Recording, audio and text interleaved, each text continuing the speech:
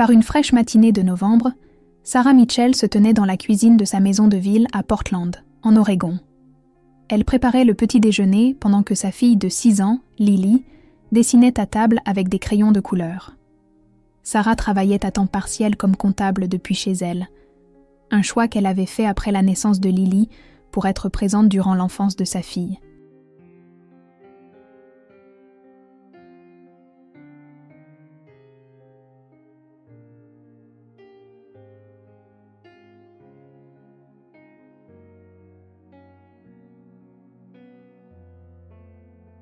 À travers la fenêtre, la pluie tambourinait doucement contre la vitre. Une journée d'automne typique du nord-ouest du Pacifique. Sa femme, Jennifer, était architecte principale dans un cabinet prestigieux du centre-ville et avait été de plus en plus occupée par un projet de centre municipal majeur qui allait définir sa carrière. Sarah était reconnaissante de la vie qu'elles menaient ensemble, bien que dernièrement, une solitude discrète se soit glissée dans son cœur.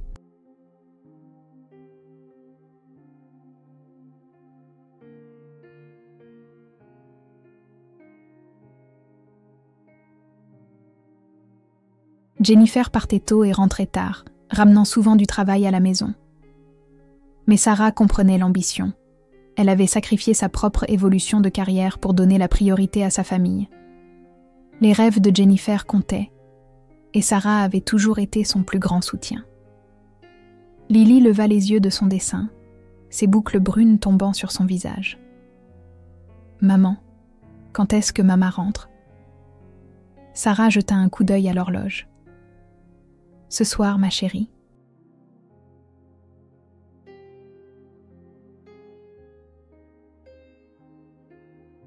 Elle a une réunion importante aujourd'hui. Lily hocha la tête et retourna à son dessin, mais Sarah remarqua la déception dans les yeux de sa fille. Au plus profond du cœur de Sarah vivait une blessure qui n'avait jamais complètement cicatrisé. 8 ans plus tôt, elle avait perdu sa sœur cadette, Rebecca, qui s'était suicidée. Rebecca luttait contre la dépression depuis des années, mais Sarah n'avait pas vu les signes avant qu'il ne soit trop tard.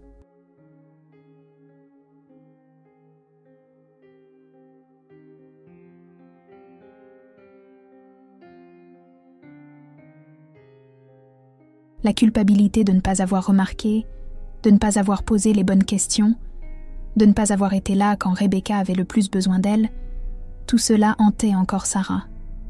Rebecca souriait encore quelques jours auparavant. Elle avait dit qu'elle allait bien. Sarah l'avait cru. Après la mort de Rebecca, Sarah avait été terrifiée à l'idée de manquer à nouveau des signes importants, de ne pas voir la souffrance de quelqu'un qu'elle aimait.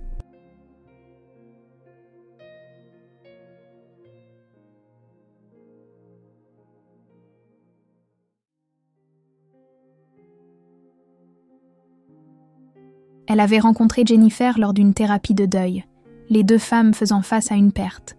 Jennifer avait perdu son père d'une crise cardiaque soudaine. Elles s'étaient aidées mutuellement à guérir, bâtissant lentement la confiance et finalement l'amour. Récemment, Sarah avait remarqué des changements chez Jennifer. Sa femme semblait distraite, distante.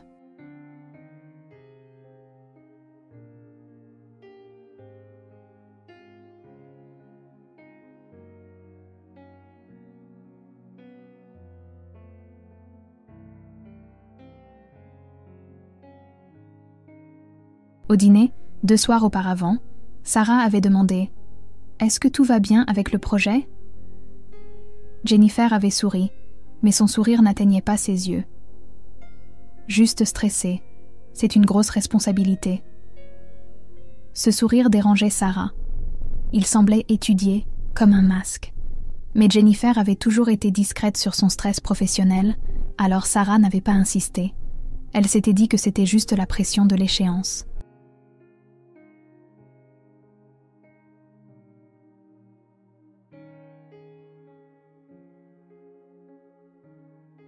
Jennifer chérissait leur temps en famille quand elle pouvait être présente.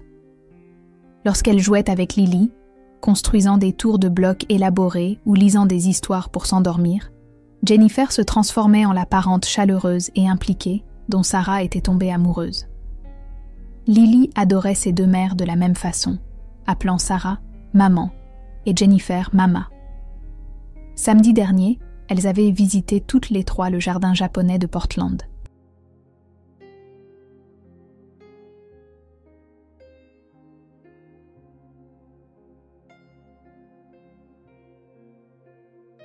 Sous la pluie fine, Lily avait sauté dans les flaques d'eau tandis que Sarah et Jennifer marchaient main dans la main le long des sentiers de pierre. Sarah avait étudié le profil de Jennifer, remarquant de nouvelles rides de tension autour de ses yeux. « Tu travailles trop dur », avait dit doucement Sarah. Jennifer lui avait serré la main. « Je sais, plus que quelques semaines avant la présentation. Ensuite, les choses vont se calmer. »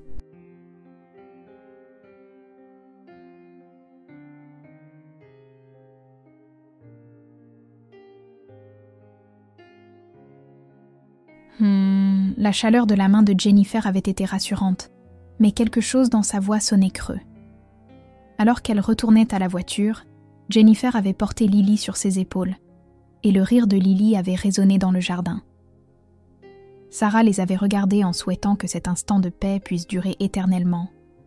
La pluie avait tout adouci, rendant le monde doux et sûr.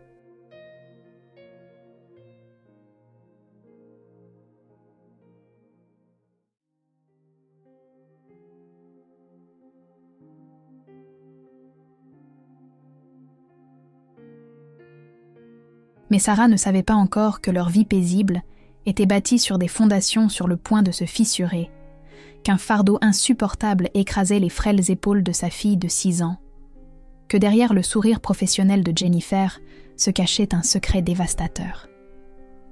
Ce soir-là, avant de se coucher, Sarah regarda la photographie de Rebecca sur sa commode. Le sourire éclatant de sa sœur, figé dans le temps, ne montrant aucun indice de l'obscurité qu'elle cachait.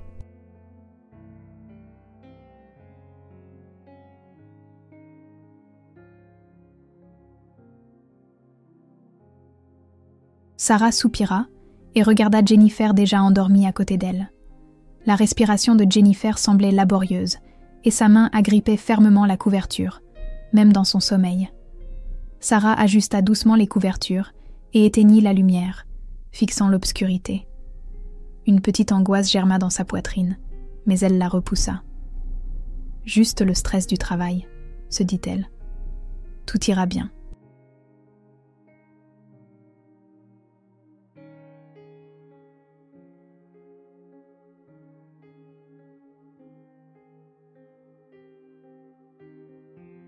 Le lundi matin, autour d'un café, Jennifer annonça à Sarah « J'ai une visite de chantier cette semaine, 3 jours à Seattle pour rencontrer les ingénieurs conseils. » Sarah s'interrompit en versant du jus d'orange pour Lily.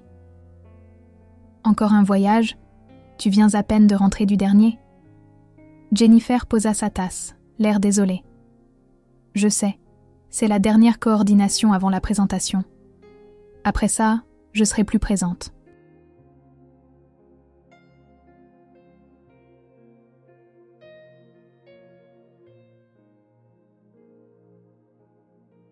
Sarah voulut protester, mais elle vit l'épuisement sur le visage de sa femme et s'adoucit. « D'accord, fais attention à toi. » Jennifer avait toujours été honnête et dévouée, une personne qui prenait ses engagements au sérieux. Il n'y avait aucune raison d'être méfiante. Les visites de chantier étaient normales pour les architectes, et Jennifer avait toujours été transparente sur son emploi du temps.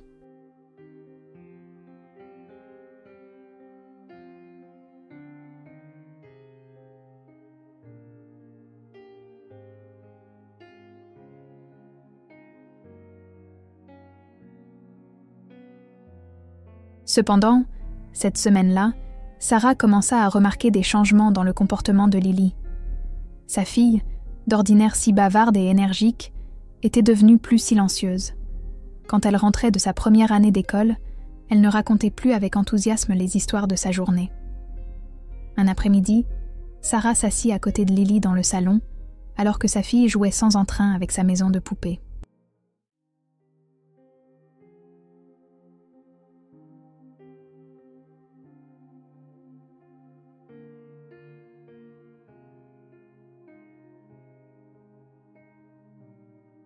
Lily, est-ce que ça va bien à l'école ?»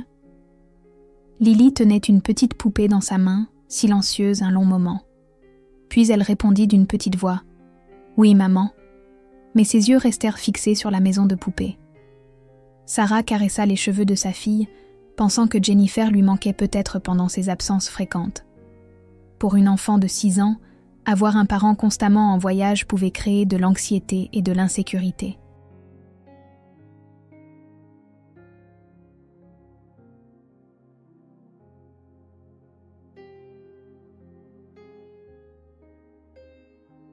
Ce soir-là, au dîner, Lily fixa intensément Jennifer. Alors que Jennifer mangeait ses pâtes, Lily demanda soudain « Maman, où vas-tu exactement ?» Jennifer s'arrêta, la fourchette à mi-chemin de sa bouche. Puis elle sourit doucement à sa fille. « À Seattle, mon cœur, pour des réunions de travail. » L'expression de Lily devint sérieuse, comme si elle voulait dire quelque chose de plus, mais elle resta silencieuse et baissa les yeux vers son assiette.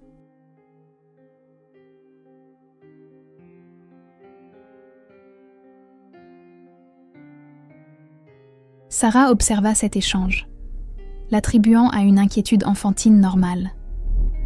La nuit précédant le voyage de Jennifer, Sarah trouva sa femme en train de faire sa valise dans leur chambre. Les mouvements de Jennifer semblaient plus hésitants que d'habitude, manipulant maladroitement des vêtements qu'elle pliait normalement avec efficacité. « Conduis prudemment », dit Sarah depuis l'embrasure de la porte.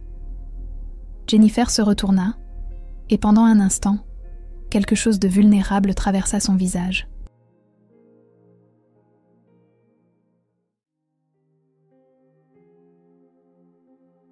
Je le ferai. » Sarah s'approcha et l'enlaça. Le corps de Jennifer semblait plus mince qu'auparavant, plus fragile en quelque sorte. Jennifer serra fort Sarah. L'étreinte dura plus longtemps que d'habitude, comme pour en mémoriser la sensation. Sarah leva les yeux vers sa femme. « Tu es sûre que ça va ?» Jennifer commença à parler, hésita, puis sourit. « Je vais bien.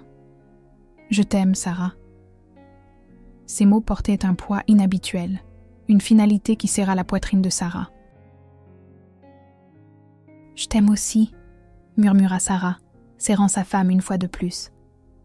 Le lendemain matin se leva, gris et pluvieux. Sarah et Lily décidèrent de conduire Jennifer à la gare. Elle prenait l'Amtrak Cascades pour Seattle. Dans la voiture, Lily était assise dans son réhausseur, inhabituellement silencieuse. Sarah jeta un coup d'œil à sa fille dans le rétroviseur et vit Lily fixer l'arrière de la tête de Jennifer avec une intensité qui semblait anormale pour une enfant.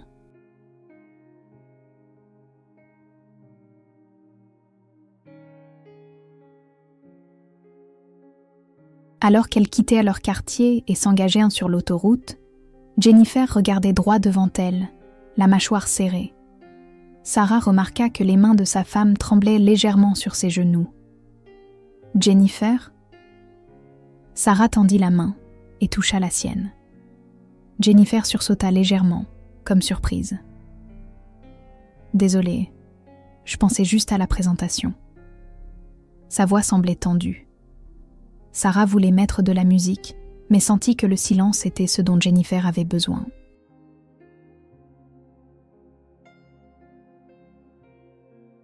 Une lourdeur oppressante emplit la voiture. En regardant à nouveau Lily dans le rétroviseur, Sarah vit les yeux de sa fille fixés sur le dos de Jennifer avec une concentration sans faille, une conscience d'adulte qui semblait impossible. Alors qu'elles approchaient de la gare Union Station, la respiration de Jennifer devint audiblement courte. Sarah prit fermement la main de sa femme. « Hé, si tu ne te sens pas bien, tu peux reporter. Ta santé est plus importante. »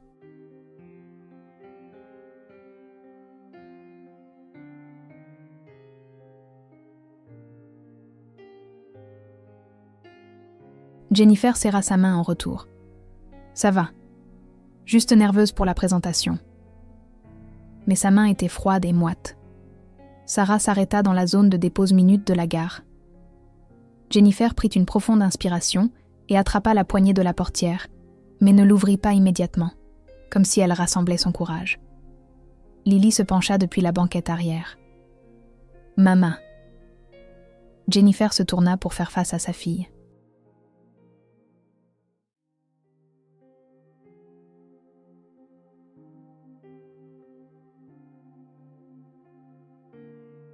Dans les yeux de Lily, il y avait quelque chose de profond, quelque chose qui ressemblait à un adieu. « Fais attention, maman », dit doucement Lily. L'expression de Jennifer s'effondra une fraction de seconde avant qu'elle ne se reprenne. « Je le ferai, mon bébé. Sois sage avec maman. » Jennifer ouvrit finalement la portière et sortit.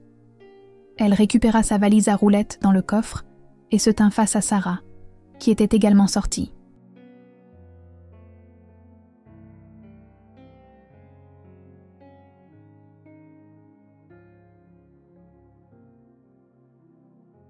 « Appelle-moi quand tu arrives, » dit Sarah, enlaçant sa femme une dernière fois. Jennifer la serra fort, presque désespérément. « Je le ferai. Merci pour tout, Sarah. Pour ces années. Pour Lily. Pour m'avoir aimée. » Les mots semblaient étranges, trop définitifs. « Bien sûr, » dit Sarah, confuse par la gravité dans la voix de Jennifer. Jennifer tira sa valise vers l'entrée de la gare et Sarah retourna à la voiture, sur le point de démarrer. C'est alors qu'elle l'entendit. « Maman. » Sarah se retourna. Lily la fixait avec des yeux bien trop sérieux pour une enfant de 6 ans. Puis, d'une voix assurée qui lui glaça le sang, Lily dit « Maman, il faut que tu suives maman. » Le cœur de Sarah s'arrêta. « Quoi, Lily ? Qu'est-ce que tu veux dire ?» Lily montra du doigt la silhouette de Jennifer qui s'éloignait.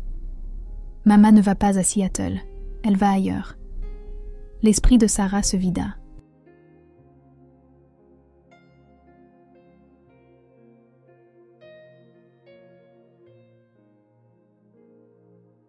Lily, qu'est-ce que tu racontes ? Comment pourrais-tu savoir ça ?» Mais Lily ne répondit pas. Elle continuait simplement de regarder Jennifer par la fenêtre, son petit visage empreint d'une sombre certitude. Sarah sentit son monde basculer.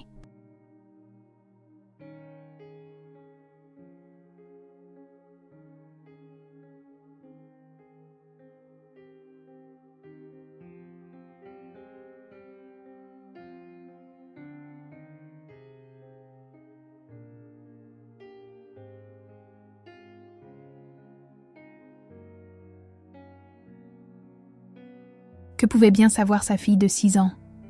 Comment Lily pouvait-elle comprendre quelque chose des projets de Jennifer ? Mais en regardant l'expression de Lily, aucune incertitude enfantine, juste une connaissance tranquille. L'instinct de Sarah lui hurlait que quelque chose n'allait pas du tout. Jennifer marchait vers l'entrée de la gare, tirant sa valise. Sarah gara rapidement la voiture sur une place de parking avec une vue dégagée sur les portes.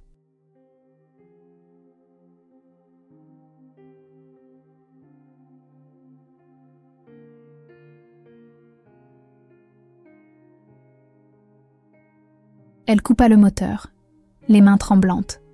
« Lily, nous allons attendre ici, » dit Sarah, sa voix à peine stable. Lily hocha la tête. « Nous devons regarder ensemble, maman. » Elles restèrent assises dans un silence tendu, les yeux rivés sur l'entrée de la gare. Jennifer atteignit les portes, la main sur la poignée. Sarah retint son souffle, priant pour que Lily se trompe, que ce ne soit qu'une confusion d'enfants. Mais Jennifer s'arrêta.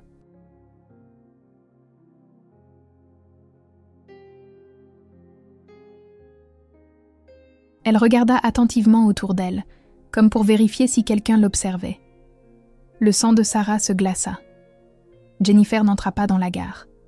Au lieu de cela, elle se retourna et tira sa valise dans une autre direction, vers la station de taxi dans la rue. Sarah ne pouvait plus respirer. C'était impossible. Il devait y avoir une explication. Mais la silhouette de Jennifer se dirigeait sans équivoque, loin des trains, vers un taxi qui attendait.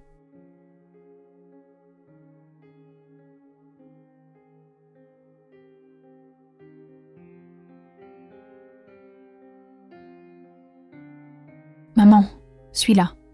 La voix de Lily vint de la banquette arrière. Sarah démarra le moteur avec des mains tremblantes. Jennifer monta dans un taxi jaune. Le taxi quitta le trottoir. Sarah prit une inspiration chancelante et commença à le suivre à distance. Son cœur martelait contre ses côtes. « Où vas-tu, Jennifer? Que caches-tu » Le taxi traversa le centre-ville de Portland, se dirigeant finalement vers l'est, de l'autre côté de la rivière.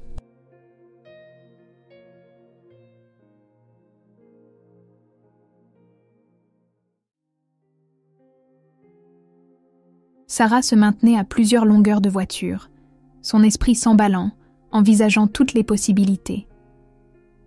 Une liaison, des problèmes financiers, une sorte d'activité illégale. Mais Jennifer n'était pas comme ça. Sarah était avec elle depuis 7 ans. Jennifer était honnête, intègre, parfois jusqu'à l'excès.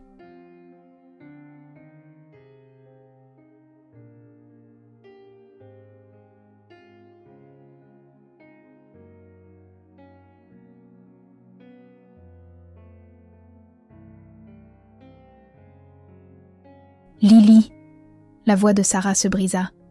Comment savais-tu que maman ne monterait pas dans le train? Lily resta silencieuse un instant, puis répondit. Ça se passe comme ça à chaque fois. Le taxi. Sarah eut l'impression qu'elle allait vomir. À chaque fois? Qu'est-ce que tu veux dire? Lily continua, sa voix petite mais claire. Les autres voyages. J'ai demandé à venir à la gare une fois. Tu te souviens? J'ai regardé. Maman n'est pas montée dans le train ce jour-là non plus. Elle a pris un taxi. Les mains de Sarah agrippèrent si fort le volant qu'elles en étaient douloureuses. Donc, Jennifer avait menti à propos de tous ses voyages, allant quelque part de complètement différent? Lily, as-tu remarqué autre chose? Lily réfléchit attentivement. Maman pleure la nuit, parfois. Je l'entends dans la salle de bain. Et il y a beaucoup de pilules dans son tiroir. Je les ai vues en cherchant des élastiques à cheveux. Les yeux de Sarah s'emplirent de larmes.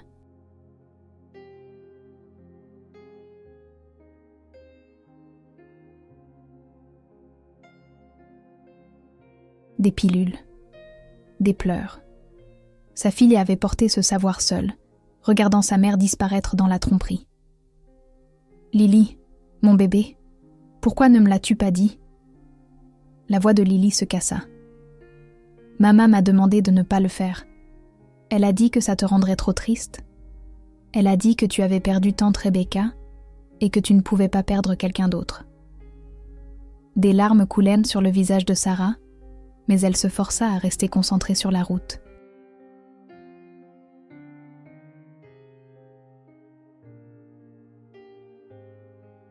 Le taxi continua vers l'est, tournant finalement dans un grand complexe médical. Le corps entier de Sarah devint engourdi, l'hôpital de l'Université de la Santé et des Sciences de l'Oregon. Les immenses bâtiments se dressèrent devant elle. Sarah se gara sur une place de parking pour visiteurs, ses mains tremblant si fort qu'elle pouvait à peine couper le contact. Un hôpital. Jennifer venait dans un hôpital, pas à Seattle, pas pour des visites de chantier.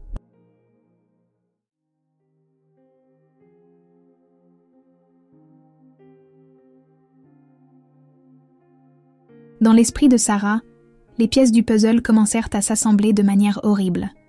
La perte de poids de Jennifer, son épuisement, les troubles nocturnes, les pilules que Lily avait vues, tout indiquait une seule possibilité dévastatrice. Jennifer paya le chauffeur de taxi et tira sa valise vers l'entrée principale.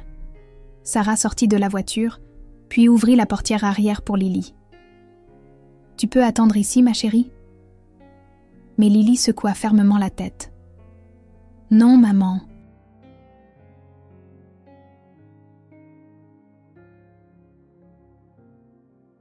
« Tu as besoin de moi. Je ne veux pas que tu sois seule. » Sarah regarda sa fille, cette enfant courageuse et perspicace qui avait protégé ses deux mères de la seule manière qu'elle connaissait. « D'accord, ensemble. » Sarah prit la main de Lily et elles marchèrent vers l'entrée de l'hôpital.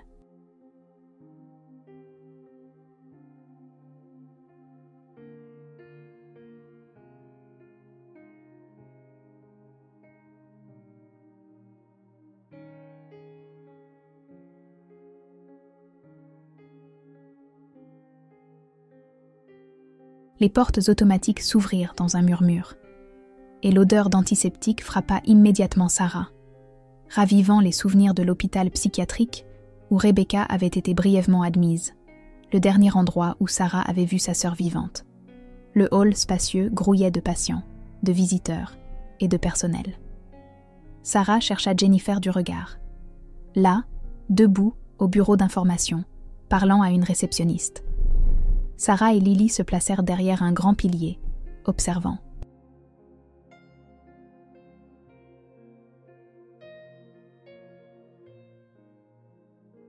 La réceptionniste vérifia quelque chose sur son ordinateur, puis tendit un dossier à Jennifer et désigna la rangée d'ascenseurs.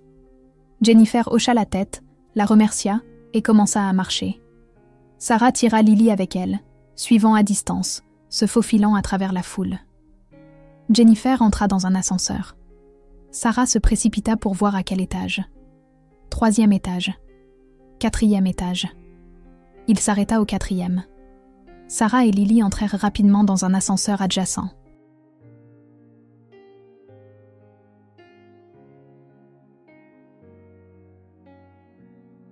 Sarah appuya sur le bouton du 4e étage, son cœur menaçant de lui transpercer la poitrine. Quel service se trouvait au 4e étage? Pourquoi Jennifer était-elle venue ici? L'ascenseur montait lentement, chaque seconde une éternité. Les portes s'ouvrirent. Sarah entra dans le couloir et vit immédiatement le panneau sur le mur. Ses jambes faillirent se dérober. Oncologie et hématologie, cancer. Le mot hurlait dans l'esprit de Sarah. Cancer.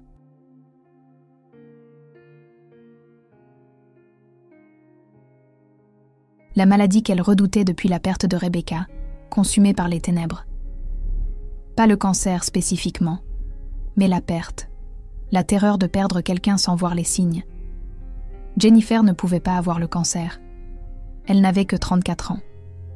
Elle était en bonne santé, athlétique. C'était peut-être une erreur. Peut-être qu'elle rendait visite à un patient.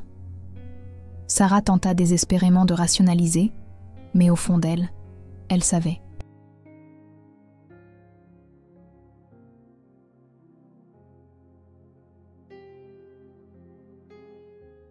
Plus loin dans le couloir, Jennifer était assise sur un banc devant une salle d'examen, sa valise à côté d'elle.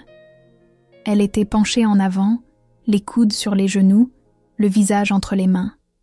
Ses épaules tremblaient, elle pleurait. Sarah s'approcha lentement, la petite main de Lily serrée dans la sienne. Chaque pas était comme marcher vers le bourreau. 5 mètres. 4. 3. Sarah se tint derrière Jennifer et, d'une voix qui sortit à peine de sa gorge, prononça le nom de sa femme.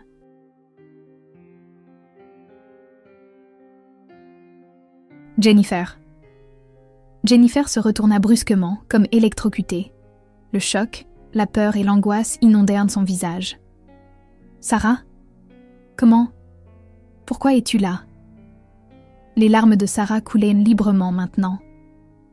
Qu'est-ce que tu fais ici? Qu'est-ce que tu m'as caché? Jennifer ouvrit la bouche, mais aucun son ne sortit. Dans ses yeux nageait la culpabilité, la terreur et une tristesse incommensurable. La porte de la salle d'examen s'ouvrit.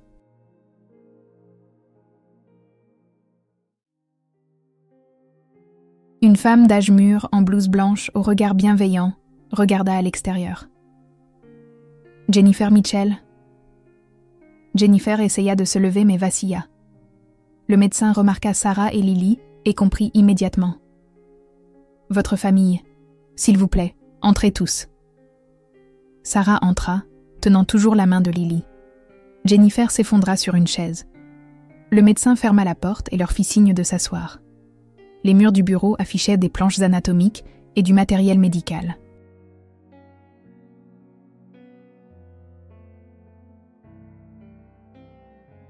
Sur le bureau se trouvait un dossier épais intitulé « Jennifer Mitchell ».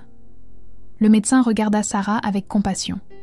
« Vous n'étiez pas au courant de l'état de votre femme ?» Sarah secoua la tête, incapable de parler. Le médecin se tourna vers Jennifer. « Jennifer, Votre famille mérite de savoir. Vous ne pouvez plus porter cela seule. » Jennifer leva le visage. Des larmes coulaient sur ses joues. Et finalement, elle parla. « Sarah, je suis tellement désolée. Il y a 2 mois, on m'a diagnostiqué une leucémie myéloïde aiguë, LMA. Le monde de Sarah s'effondra. Leucémie, cancer du sang. Sa femme avait un cancer du sang et ne lui avait rien dit. Jennifer. » La voix de Sarah se brisa complètement. Jennifer continua, ses mots se déversant à travers les sanglots. « C'est agressif. Ils ont commencé la chimiothérapie immédiatement, mais elle ne répond pas bien. Sans une greffe de moelle osseuse, le pronostic est... » Elle ne put finir la phrase.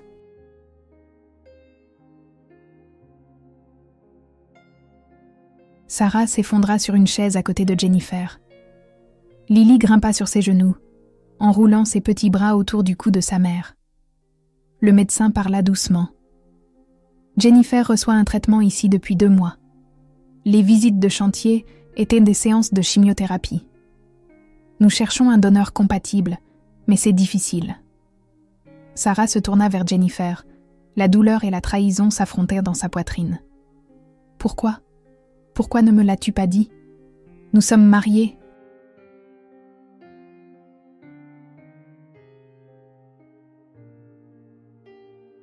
Nous nous sommes promis de tout affronter ensemble.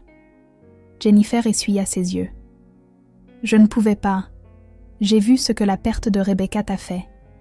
Tu m'as dit que tu ne pourrais pas survivre à une autre perte, que tu avais manqué les signes avec ta sœur et que la culpabilité avait failli te détruire. Le souffle de Sarah se coupa.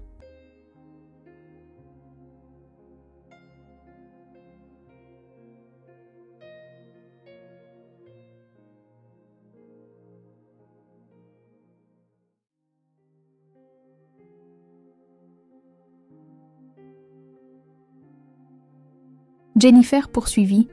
« Je ne voulais pas que tu passes le temps qu'il me reste à me regarder dépérir, à chercher les signes du déclin, à vivre dans la peur constante. Je voulais que notre temps ensemble soit normal. Rire, jouer avec Lily, être une famille, pas à tourner autour des lits d'hôpital et des calendriers de traitement. » Sarah secoua la tête.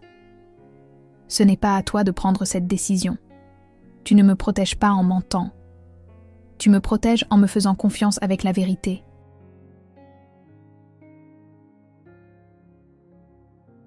Jennifer tendit la main vers celle de Sarah. « Je sais, je le sais maintenant, mais j'ai été lâche. Je ne pouvais pas supporter de voir la lumière quitter tes yeux comme après Rebecca. Je ne pouvais pas te faire revivre cette veille à nouveau. » La voix de Lily, petite mais claire, se fit entendre. « Je savais, maman. » Jennifer et Sarah se tournèrent toutes deux vers leur fille. Lily continua, les larmes aux yeux. « Je t'entendais pleurer dans la salle de bain.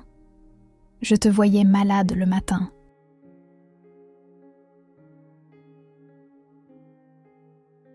J'ai trouvé tes médicaments et j'ai cherché les mots sur les flacons.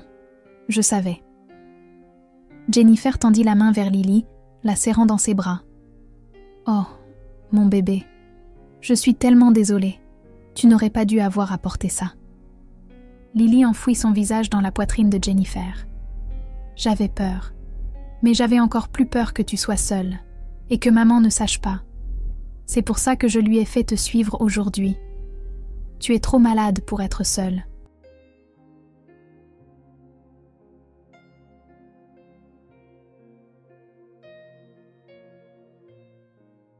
Sarah se joignit à l'étreinte, toutes les 3 se serrant les unes contre les autres dans la salle d'examen stérile, pleurant ensemble. Finalement, Sarah se recula et regarda le médecin. « Les options de traitement, qu'envisageons-nous » L'expression du médecin était grave. La chimiothérapie n'a pas permis d'atteindre la rémission. Sans greffe de moelle osseuse, il ne reste probablement à Jennifer que 3 à 6 mois.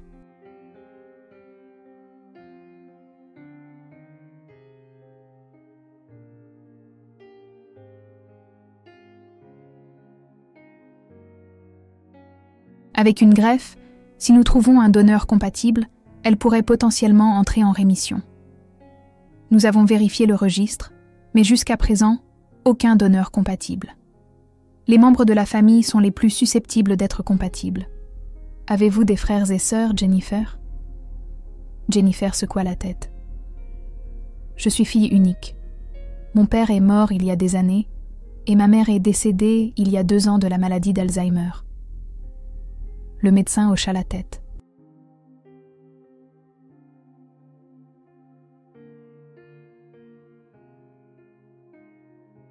Nous pouvons tester la famille élargie si disponible. Et Sarah, en tant qu'épouse, il est peu probable que vous soyez compatibles, mais nous pouvons vous tester également. Sarah serra la main de Jennifer. Testez-moi, testez n'importe qui. Nous trouverons quelqu'un. Lily leva les yeux. Testez-moi aussi. Le médecin sourit tristement. Tu es très courageuse, ma chérie, mais tu es trop jeune. Les donneurs doivent avoir au moins 18 ans. Le visage de Lily s'assombrit.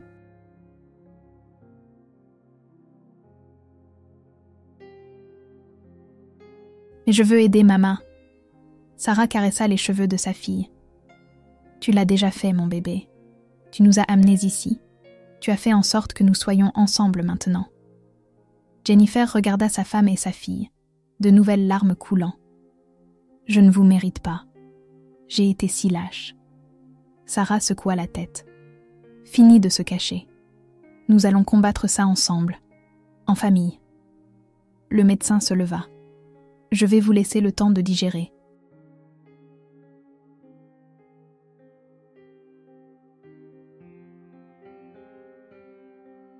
Jennifer, nous devrions programmer votre prochain traitement pour après-demain. Fini de faire semblant d'aller à Seattle. Jennifer hocha la tête. Fini de faire semblant. Elles quittèrent l'hôpital ensemble. Jennifer n'avait plus besoin de la mascarade de la valise. Dans la voiture, Sarah tenait la main de sa femme. Nous allons te trouver un donneur. Nous allons vaincre ça. Jennifer serra faiblement sa main en retour. Sarah, j'ai besoin que tu te prépares à la possibilité.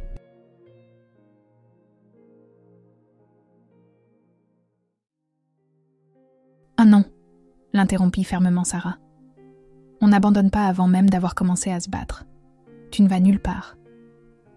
Depuis la banquette arrière, Lily dit « C'est vrai, maman, nous allons te sauver. » Jennifer se tourna et regarda sa fille, réussissant un vrai sourire pour la première fois depuis des mois.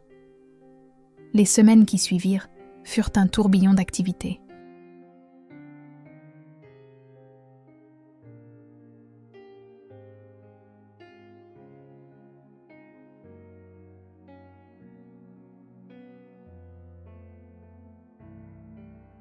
Sarah organisa une campagne de dons dans leur quartier, communiquant via les réseaux sociaux, les centres communautaires et les nouvelles locales. Des centaines de personnes vinrent se faire tester. La famille élargie de Jennifer, des cousins qu'elle n'avait pas vus depuis des années, fournit tous des échantillons. Jennifer commença ses cycles de traitement avec Sarah à ses côtés. Elles transformèrent la chambre d'amis en un espace de convalescence.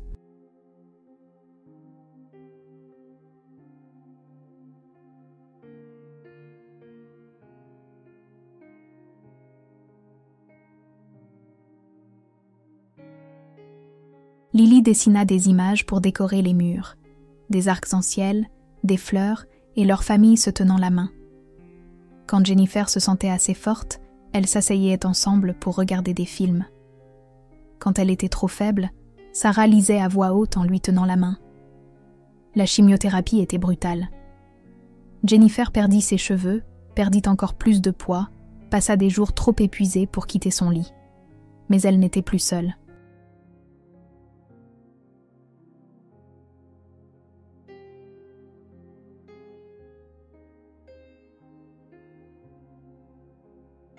Sarah gérait ses médicaments, la conduisait à ses rendez-vous, la tenait pendant les nuits de nausée. Lily se glissait dans le lit à côté de Jennifer, lui racontant des histoires de l'école, lui montrant ses dessins, chantant des chansons qu'elle avait apprises. 1 mois plus tard, le médecin appela. Nous avons trouvé un donneur potentiel, un homme de 28 ans du registre en Californie. Nous effectuons des tests de confirmation maintenant.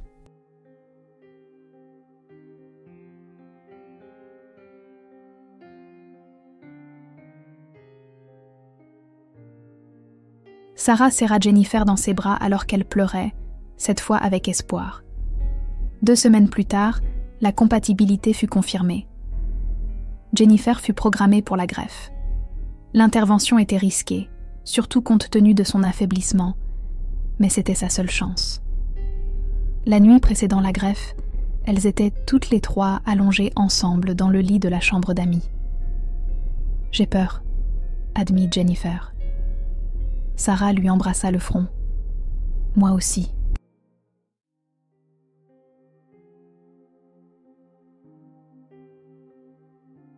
Mais nous sommes ensemble, c'est ce qui compte. Lily se blottit entre elles. Maman, quand tu iras mieux, est-ce qu'on pourra avoir un chiot? Jennifer rit, un rire vrai et sincère. Oui, mon bébé, quand j'irai mieux, nous aurons un chiot. La greffe eut lieu un matin pluvieux de décembre.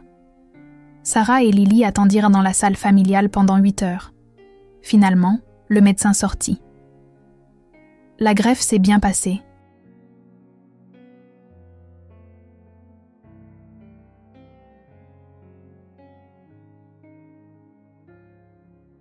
Maintenant, nous devons attendre de voir si son corps accepte la nouvelle moelle.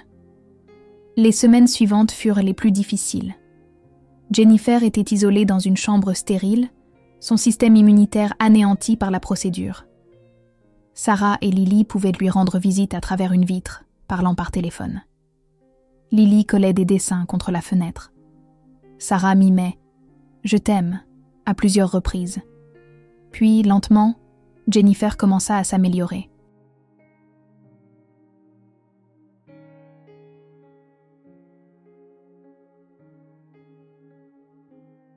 Ses numérations sanguines commencèrent à augmenter. La nouvelle moelle prenait. En février, elle fut autorisée à rentrer chez elle, encore fragile mais en convalescence. Au printemps, Jennifer était en rémission. Ses cheveux repoussèrent, bouclés et différents d'avant. Elle reprit du poids. La couleur revint sur ses joues. Un après-midi d'avril, elles retournèrent au jardin japonais de Portland. Jennifer était encore faible, mais insista pour marcher.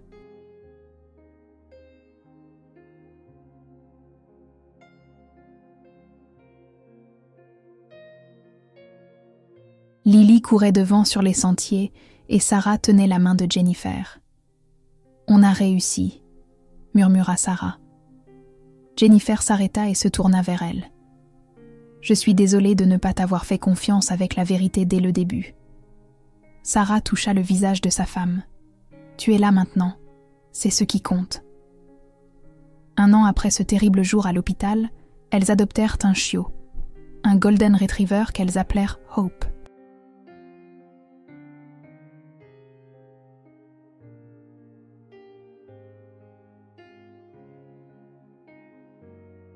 Lily entra en 2e année et écrivit une rédaction sur la bravoure de sa maman. Jennifer retourna au travail à temps partiel, abordant l'architecture différemment maintenant, comprenant ce qui comptait vraiment. Sarah commença à faire du bénévolat dans une organisation de prévention du suicide au nom de Rebecca, canalisant enfin son deuil pour aider les autres. Un soir, elles étaient toutes les 3 assises dans leur salon.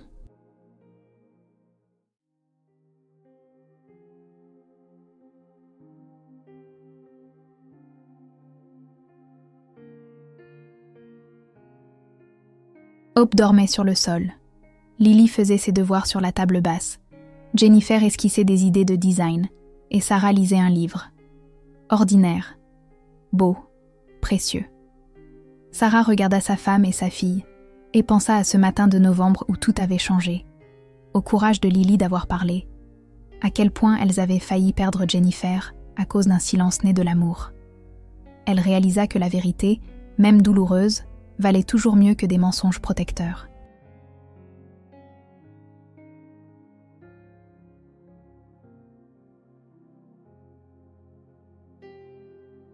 qu'affronter les ténèbres ensemble était la seule façon de les traverser. Jennifer leva les yeux et croisa le regard de Sarah. Elles se sourirent. Des survivantes, des partenaires. Une famille reconstruite par l'honnêteté. Dehors, la pluie tombait doucement sur Portland. La même pluie fine qui avait été témoin de leur rupture et de leur guérison. Et dans ce moment de calme, Sarah comprit. L'amour, ce n'était pas de protéger les gens de la douleur.